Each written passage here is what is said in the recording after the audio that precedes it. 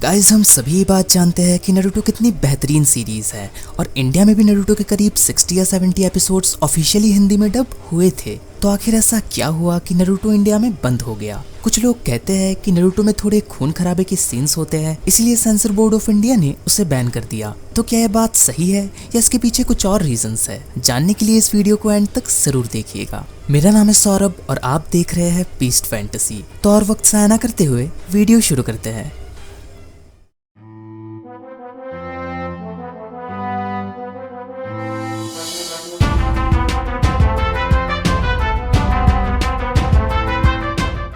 तो इसके पीछे का पहला और इम्पोर्टेंट रीजन है इसकी टीआरपी।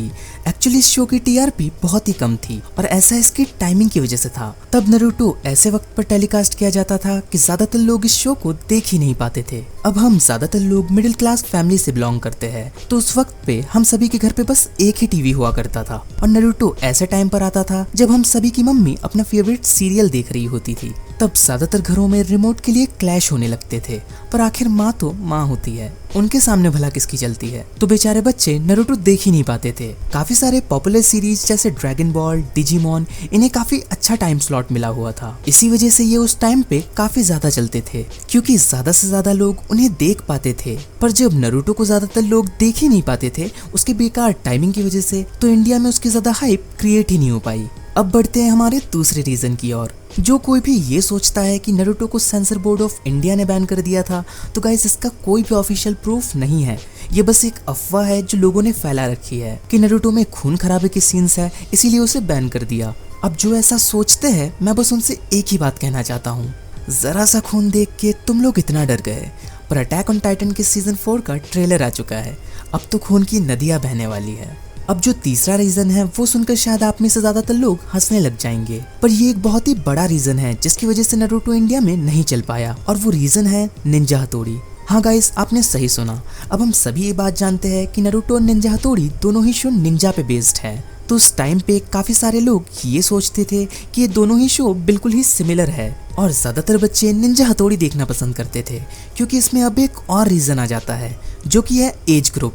एक्चुअली नारुतो जो सीरीज है उसकी मिनिमम एज ग्रुप 13+ है, लेकिन हमारे इंडिया में लोगों की मेंटेलिटी है कार्टून तो बच्चे देखते हैं, और इसी वजह से जो 14-15 साल के बच्चे होते हैं वो भी ये सब देखना छोड़ देते हैं शर्म की वजह से कि यार लोग क्या कहेंगे एंड ऑल। अब जब 14-15 साल के बच्चे भी नहीं देख रहे तो उससे ऊपर के लोगों को तो छोड़ ही दो। अब अगर निंजा हथौड़ी की बात करें तो जो 7-8 साल के बच्चे होते थे वो नारुतो से ज्यादा निंजा हथौड़ी से कनेक्ट हो पाते थे, क्योंकि छोटे बच्चों का दिमाग इतना मैच्योर नहीं होता कि वो नारुतो जैसे शो को आसानी से समझ पाए।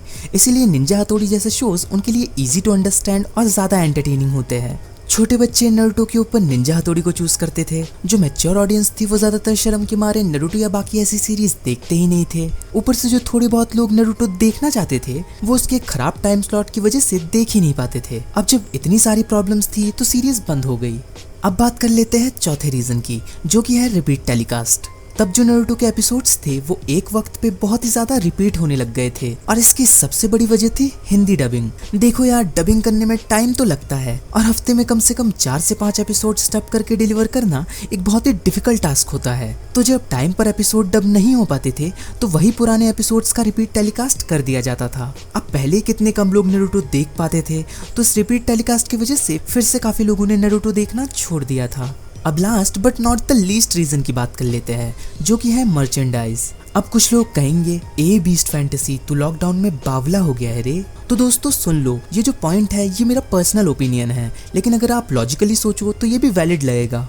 जैसे कि जब मैं छोटा था तो बेन 10, ड्रैगन बॉल, इनकी मर्चेंडाइज बहुत चला करती थी, और मुझे याद है मैं खुद पर्सनली इनके टी-शर्ट्स, कैप, एक्शन फिगर खरीदा करता था। बट मैंने तो आज तक नारुतो के मर्चेंडाइज वगैरह इंडिया में कभी नहीं देखे। अब होते होंगे शायद, मैं नहीं कह रहा कि नहीं होते, बट इतने कम होते हैं कि ज्यादातर लोगों को दिखते ही नहीं है। जैसे बेब्लेड को ही ले लो, वो कितना ज्यादा चला करता था। हाँ अब भी चला करता है, बट उस टाइम पे बहुत ही ज्यादा चला करता था। हर कोई उस सीरीज से इंस्पायर्ड होके बस बेब्लेड खरीदना चाहता था। किसी को बड़ा वाला चाहिए था तो किसी को ड्रैगन वाला चाहिए था। तो गाइज मेरा तो मानना है कि मर्चेंडाइज बहुत ही बड़ा रोल प्ले करती है किसी भी चीज को पॉपुलर बनाने के लिए, किसी भी चीज की हाइप क्रिएट करने के लिए। तो नारुतो इस वजह से भी इंडिया में ज्यादा पॉपुलर नहीं हो पाया।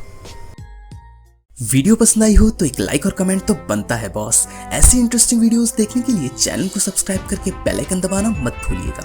इस वीडियो को अपने चाहने वालों के साथ शेयर करना मत भूलिएगा। मैं मिलता हूँ ऐसी एक इंटरेस्टिंग वीडियो के साथ, तब तक के लिए बाय। Thanks for watching.